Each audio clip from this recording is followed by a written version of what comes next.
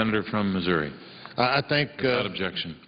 I thank the gentleman for recognizing me, and I want to talk a little bit about the McConnell amendment that I think we'll vote on the floor of the Senate this week. This is an amendment that really clarifies whether or not Congress ever intended to give the Environmental Protection Agency the authority to regulate greenhouse gases.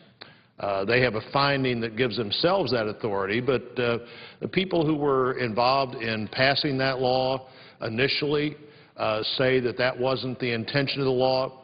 If it is the intention of the law, the Congress should step up and clarify that. But I think this amendment clearly expresses the view of the American people that the Congress should do its job, not leave it to the regulators to do the job. And Senator McConnell has brought that amendment to the floor, but it's an amendment that Senator Inhofe has worked on this topic for a long time. Senator Brasso has worked on this topic for a long time, and I'm convinced as the ballots are cast, as the votes are made this week on this bill, that on this amendment, that senators from both parties are going to say, no, that's not the job of the EPA. It's not what the Congress intended the EPA to do. And this is a great example of the Congress trying to step up and make the point that people shouldn't be able to do, the regulators shouldn't be able to do by regulation what the legislators are unwilling to do by legislation. As this issue was discussed last year, the cap-and-trade law that passed the House in the last Congress, people around America looked at this and they said higher prices are not the way to get more efficient energy policies. The way to get more efficient energy policies is to look for ways to produce more American energy, to have a marketplace that has more choices than the choices we have now. As people looked at this issue, they said, no, let's find more American energy of all kinds. Let's be conservationist and encourage that we use that energy in the most efficient possible way. And let's also be out there researching and investing in the future so that we know what we want our energy picture to look like a generation from now, not that we blindly rush in and think that high prices will solve our energy problems. Mr. President, we all know that the President of the United States, before the election in 2008, in talking to the editorial board at the San Francisco Chronicle, made the comment that under his energy policies, energy prices would necessarily skyrocket. But the President's looked at this economy closely, I hope, over the last 2 years of his presidency, and clearly every signal from the administration now is that they have concerns about $4 a gallon gasoline, even though there are people in that advisory group who at one time said gas prices should be as high as the gas prices in Europe. That's the way to solve our use of gasoline. You know, we don't live in Europe. We live in a country that is large and expansive and requires travel and requires commerce, and so high gas prices are not the answer to our transportation problems, and higher utility bills are not the answer to our energy problems. In fact, as people looked at the potential of cap-and-trade on utility bills, they looked at how much of our utilities come from coal. And, of course, cap-and-trade, as would be EPA regulations that would try to impose cap-and-trade by regulation, cap-and-trade is particularly focused at coal-based utilities. And, Mr. President, from the middle of Pennsylvania to the western edge of Wyoming, 50% of the electricity in the country comes from coal.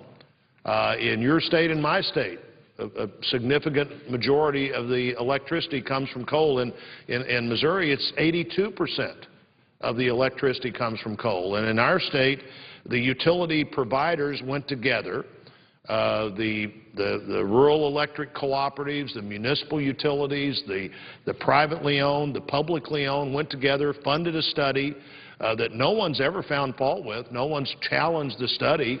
And in that study, in our state, the average utility bill would go up about 80% in the first 10 years under cap and trade. It would come close to doubling in the first 12 years. And for many utility customers, it would double. If the average bill is going to go up 80%, for many of the customers out there, their bill would double in 10 years, and for the average customer, it would double in about a dozen years. And who benefits from that? At a hearing the other day with the EPA administrator, I talked about a visit I had last fall with someone who explained to me he was an hourly employee at a company, and by that point, with the discussion of cap and trade, almost all Missourians knew that our utility bill would about double in 10 years. And here's what he said to me, Mr. President. He said, if my utility bill doubles, that's a bad thing. If my retired mother's utility bill doubles, that's a worse thing. But if the utility bill at work doubles and my job goes away, then the other bills don't matter all that much because I can't pay mine and I can't help my mom pay hers. It just happened, you know, he had a Ph.D. in common sense, if not in economics, and that's what happens if we allow these bills to go up.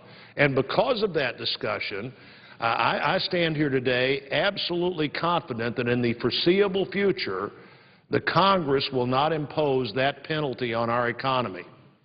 And if the Congress won't impose that penalty on our economy, we shouldn't let regulators impose that penalty on our economy.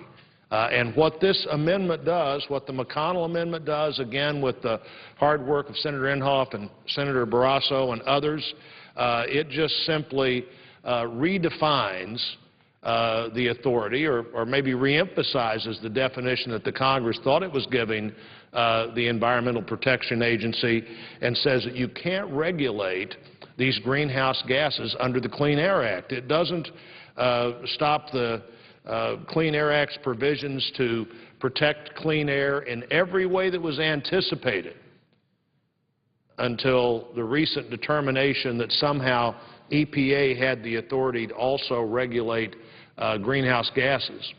But it does refocus the EPA on the intention of the Clean Air Act, not their expansion of the Clean Air Act. And by the way, the EPA has no ability to expand the Clean Air Act. That's the job of the Congress of the United States.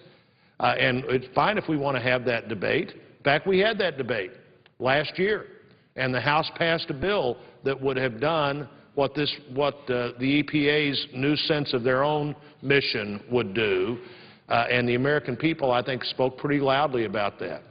And because of that, the last Congress didn't pass that bill. The House of Representatives passed a bill, but the Senate didn't pass that bill, and this Congress isn't going to pass that bill either. And I would predict that the next Congress won't pass that bill. And why won't they pass the bill?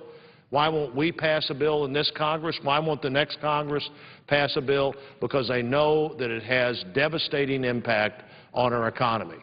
And if the Congress doesn't want to have devastating impact on our economy, we also shouldn't want the Environmental Protection Agency to have devastating impact on our economy.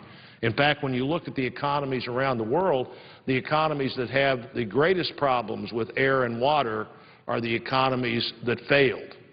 The economies where at some point those countries decide ultimately we're going to do whatever it takes to get back to where we can have jobs that allow families to live.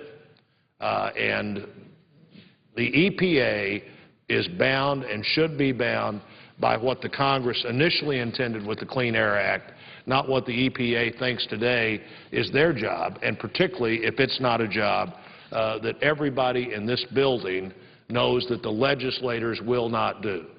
And if the legislators won't do it, the legislators shouldn't let the regulators do it.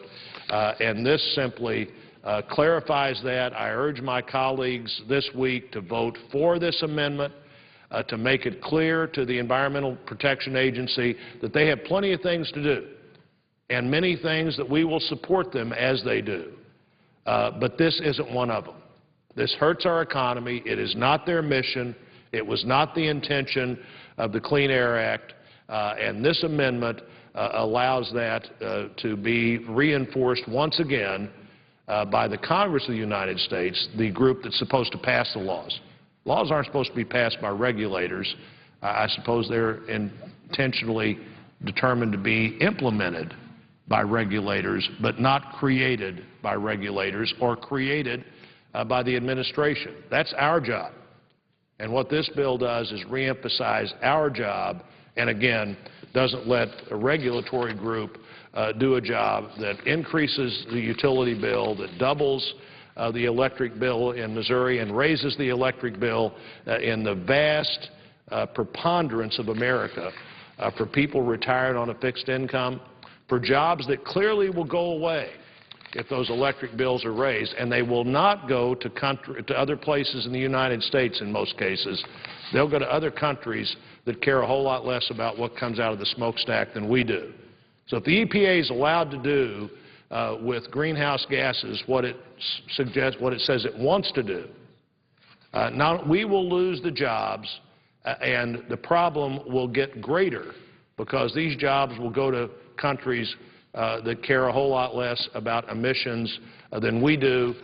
Let's let the legislators do their job, Mr. President, and I encourage my colleagues to vote for this amendment this week. I am going to question a quorum so the quorum call can begin again as our colleagues are thinking about how we approach this important issue about our economy and about our jobs, about our families, and about our future. And I yield the floor, Mr. President. The clerk will call the roll.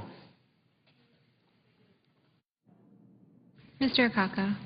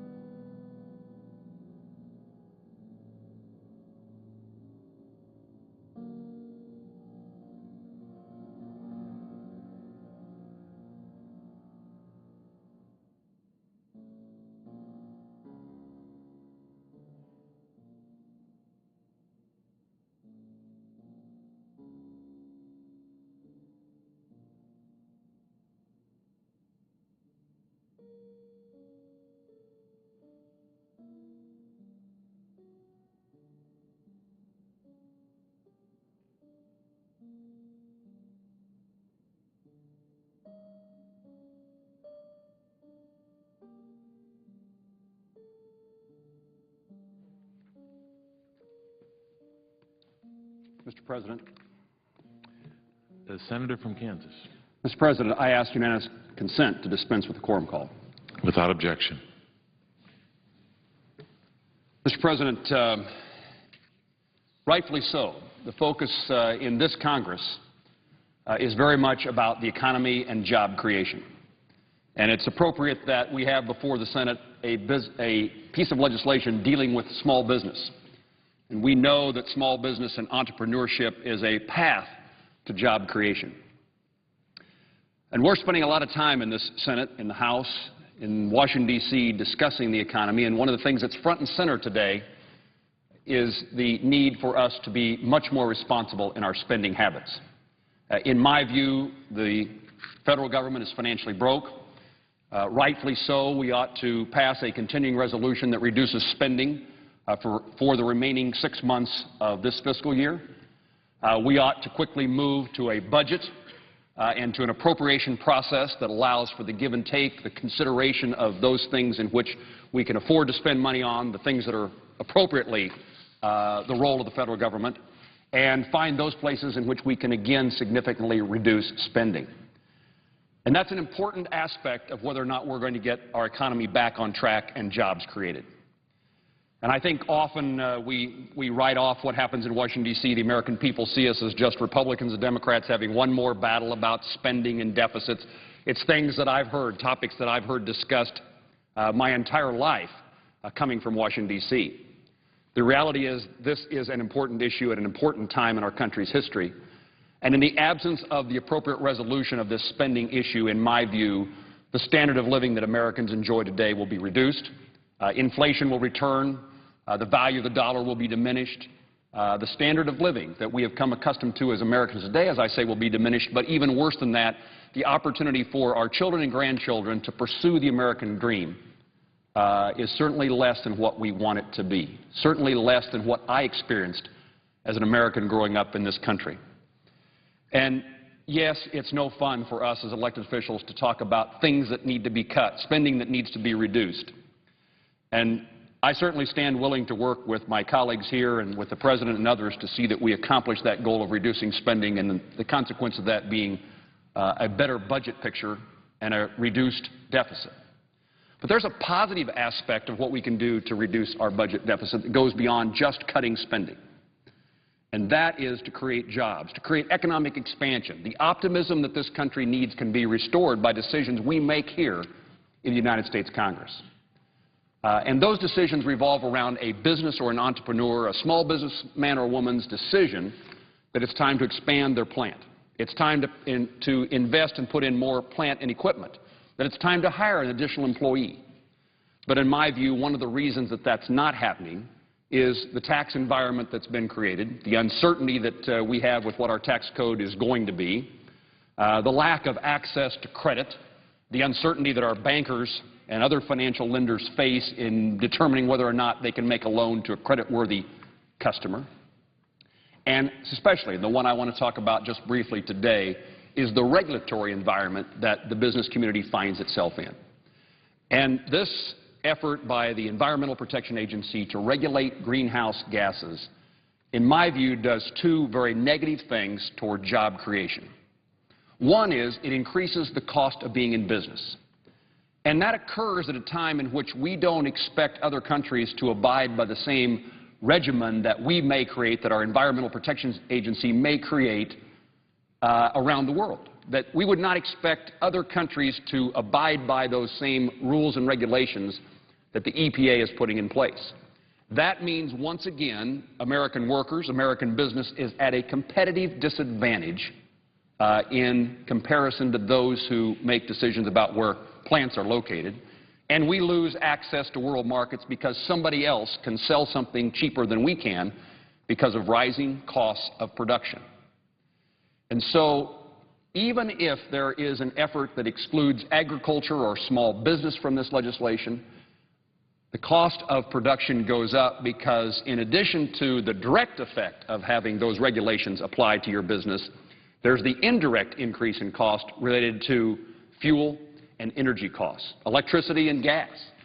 And so, clearly to me, if you care about job creation, you would make certain that the Environmental Protection Agency does not head down the path that it's going because of the increased cost of being in business and the consequences that has for American business to be able to compete in a global economy.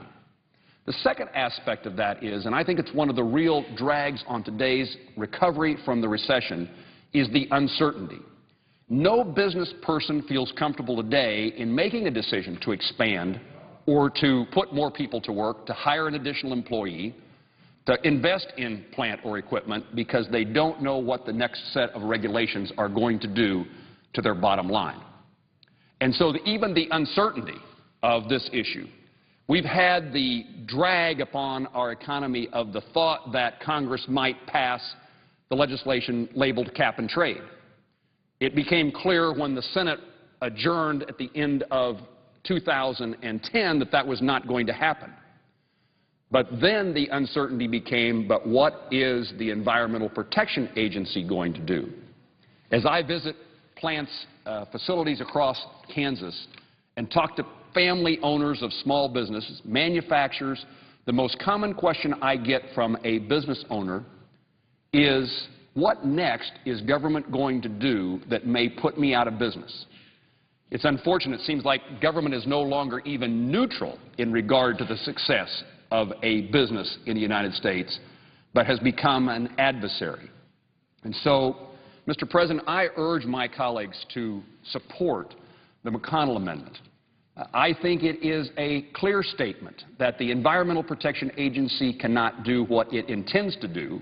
It eliminates the uncertainty that a business person faces, and it reduces the cost of being in business in a way that says we're going to grow the economy and put people to work.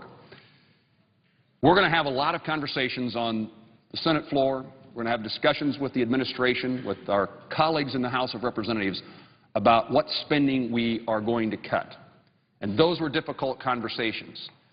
But I come back to the point that we as Americans have the opportunity to be optimistic.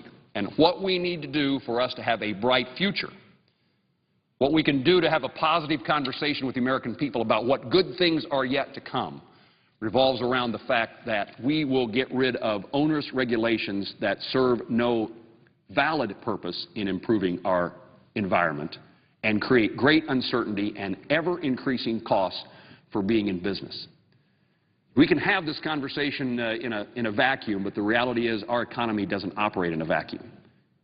Our business folks in Kansas and across the country have to compete in a global economy. And this legislation that Senator McConnell, Senator Inhofe has offered eliminates that uncertainty, reduces the cost of being in business, and allows us to have optimism about the future of the American economy, and most importantly, optimism for the people who sit around their dining room table wanting to make certain they either can keep a job or can find a job.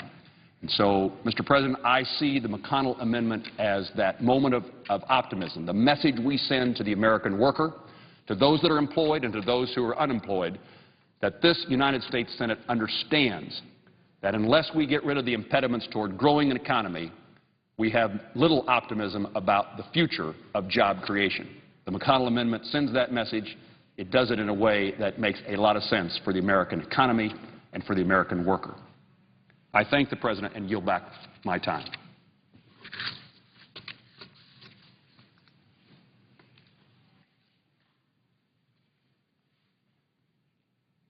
Mr. President, I notice the absence of a quorum. The clerk will call the roll. Mr. Akaka.